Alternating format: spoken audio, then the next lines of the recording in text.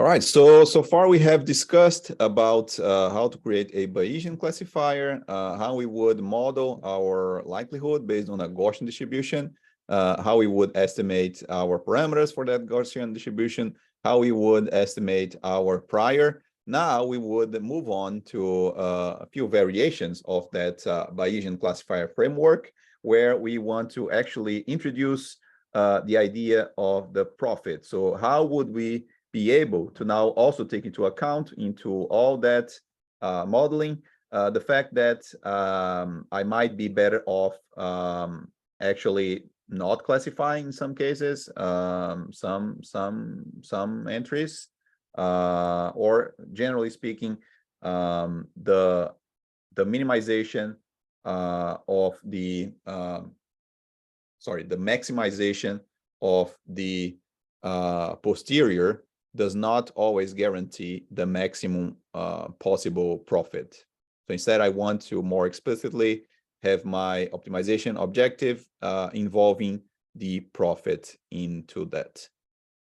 So the three variations that we can think of is actually the first one is just essentially introducing the MAP framework into what we would be introducing. The next, we would introduce the idea of the proper maximization of the profit. And then finally, our last modification would be to introduce the option of not deciding, or a, let's say, reject class. Let's begin with the minimization of classification errors. So let's introduce now the idea of cost function. So a cost function is essentially a function that is supposed to determine what the cost of that classification is. So if you classify an example correctly, which is the case where you would have I equals to k, then essentially what's going to happen is that you would have a cost of 0, because that's the ideal, or one of the ideal scenarios, right? When you essentially you are making a prediction, and the prediction is matching the actual classes. So the cost, the use of the uniform cost function essentially means that we are this equivalent of us minimizing the error rate, or equivalently just maximizing the posterior. And we can see that if we take a look at a loss table. So this loss lookup table that we have here is essentially a way for us to present the outputs that would be given in those cases here, and that would essentially be able for us to calculate the associated cost. Some materials would call that a loss matrix. Some materials would call that a cost matrix. But these are all similar concepts. So the idea is really something that is similar to the setup of a confusion matrix, because you have the predictions and you have the ground truth classes. But instead of having the number of entries being classified in each case, what you're going to have is essentially a value associated with how much you are losing. So essentially the ideal case is given by these main diagonal in this matrix here. And normally you would see that filled with zeros, because that represents the case where you have that ideal scenario that the prediction actually matches the actual class. So we also want to introduce here the idea of a risk. So a risk is just another way to think about the cost. So the risk is also a way for us to relate the cost with our posterior. So the posterior, we saw how we can estimate so far, right? So, and then we just introduced the idea of the cost function. So essentially we have now everything that we need to calculate our risk. And now we will finally move on to the next step, which is move from a MAP classification objective that essentially tries to maximize the posterior to a risk-based classification. The risk-based framework would try to now minimize the risk. So it's a similar objective, because you would be essentially dealing with the posteriors, but the posteriors would be weighted by the associated cost in each case, in each category, in each class that you have. So then essentially what you would be having is a more flexible way to represent the scenarios where you would be having a significant profit, not necessarily every time that you are doing the best possible classification in terms of posteriori means that you would be achieving the minimum possible risk, because the risk also incorporates this idea of a cost.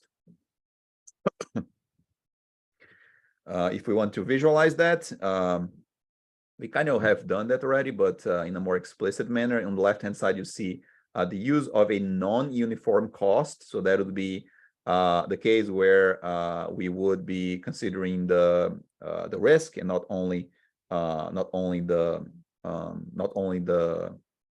the posteriors. In the right-hand side, you see that you have in the center you have essentially the same thing as here. So in the right-hand side, you have the uniform, which is equivalent, the uniform cost function, which is equivalent of just using the MAP classifier. And you see that here, these are the differences. The portions that are highlighted are the regions that you see differ from the left-hand side to the right-hand side. And here we don't precisely show that, only in the legend down below, but you can be told that in this case here, because I am using the uniform cost function, so then necessarily I am going to minimize the error, or I will maximize my posterior, but not necessarily the fact that I have a more accurate model, which is what I'm getting here, would give me lower cost. So these might actually give you higher cost, so less profit. All right, let's formalize a little bit on how we maximize the profit. And we're going to move from that uniform table that we use to give outputs for our cost function. In this case here, we are no longer using ones and zeros or zeros in the main diagonal. So instead, we are using initially the idea of positive and negative values. So here, if you use negative values, so this has essentially the impact of having a negative cost. So you can think of a negative cost as something desirable, something that is a very good scenario. So then essentially the lower that you have as a negative number, the better your profit would be, or the higher the profit would be, because this means that you are essentially having a negative cost. And as we saw before in the equation, you would be having the cost multiplied by the posteriors, right? So then essentially means that these would influence the magnitude and also especially the signal of the posterior. So in this case, you would end up, in the case of the risk calculation, you would possibly end up with negative values as well, something that with the posteriors were not a possibility. So as I said, we want to minimize the conditional risk. So we represent the risk by that R of the class W given the input Z. So we just plug in the equation that we have presented before. So we replace the posterior with the full the bias rule application here, and then we remove the denominator. So that's what you get here. A follow-up step that we usually do, because this is usually done by a computer, right? So it is more efficient to actually calculate a optimization objective for a bias rule by taking the log, the natural logarithm of that posterior, because that essentially transforms a product into a summation, and that is essentially more efficient to be calculated by a computer. Sometimes you also are able to simplify. So for instance, this term here in the middle, this is a constant, so you can completely ignore that because this will not change no matter what risk you are calculating. So here's just showing us plugging in the values. In this case here in the top, we were showing the posterior, so we did not incorporate the risk. Here we are incorporating the risk, and you can see that we can apply the same idea. So just apply the logarithm, and then you can simplify the overall calculation. As we mentioned before, you can simplify a little bit the term. So for instance, every time that you have a constant, this is an optimization objective, right? So if you have a constant, it doesn't really affect in any way, so you can just ignore that. Now, finally, let's introduce our last modification, which is adding the idea of a reject class. So the reject class, in terms of modification to our framework, can be done fairly simply. We can just add an extra row as a possible prediction. That would be our zero class or our reject class. So it's a class that essentially represents the idea of we not using our classifier. So we just go ahead and decide to either not do anything about that specific input, or maybe you can also use that to do, for instance, a manual classification, if that makes sense, if the possible profit potentially is better than the just ignoring that. So as you see here, this is essentially the same kind of cost matrix that we had before, and these are just the outputs of the costs that would be used depending on the case. So as the rows here, as we had before, these are your predictions, and as the columns here, you would have the ground truth classes. So these the only real difference is that we are adding a new row here to that cost function. So this is a visual example of what can happen. So now, because you have this extra prediction, right? So these actually represents or is represented by a region in our input space. So then now these would be represented by in our example here by this small region that would be living between these two regions. So each of those regions represents a classification, and this region represents the reject case. So one thing that we did not mention is about the reject case is that for that, we also need to have an estimate of the likelihood, right? But because we don't really have any data that would be used to actually generate that likelihood function, how would we proceed about that? So the way that we usually solve that problem is by just treating that as a hyperparameter. So that's actually something that you would manually parameterize, and you would essentially observe or choose from a range of possibly good values to see the value that works the best. This is important. The choice of the rejection rate is important, because if you think about, if you completely disregard that, you could consider the likelihood to be very high.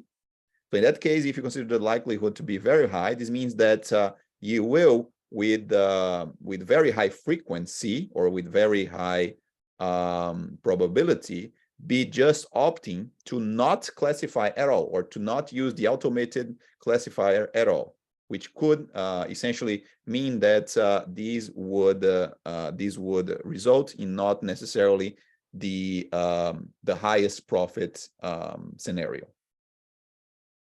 So finally, there's a few simplifications in terms of computations that we can apply to all these models that we have mentioned before. In terms of the calculation of the Gaussians, which are usually the more costly parts of these models. So here we have a simplification where we are using zero covariances and symmetrical variances. So a identical symmetrical covariance matrix essentially is a matrix where all the covariance matrices, all the covariances in my covariance matrix is essentially the same. And you can see that here on the left-hand side in that plot, because the contours of each region that you have here for each posterior essentially is the same. Another simplification that we can do is similar to the previous one, but instead of actually considering that you don't have any covariance, you could actually allow covariance to happen. So then you would not have a only values in the main diagonal. But you could simplify by just considering that every probability distribution would need to be the same. So then you essentially fix the probability distribution, the covariance matrix of all these distribution, and you just change the mean vector. That would be the only changing thing in terms of the function for each of the likelihoods, and consequently for each of the posteriors that we would have. Related concept that I did not mention in our lecture on Bayesian models is the Mahalanobis distance. So the Mahalanobis distance is really just the idea of the standard deviation generalized to a multivariate Gaussian. So when you say that, for instance, a unidimensional Gaussian is 1 standard deviations away from the mean, for a multivariate Gaussian, you can follow this equivalent idea, but then we would be using the nomenclature of the Mahalanobis distance to essentially reflect the same idea, because it's no longer the distance from the mean, but really is a distance that actually, not a scalar value no more, but now a vector that represents that distance. All right, that concludes our Bayesian models. This was a 3-part lecture. The lectures are related to the problem solving 4,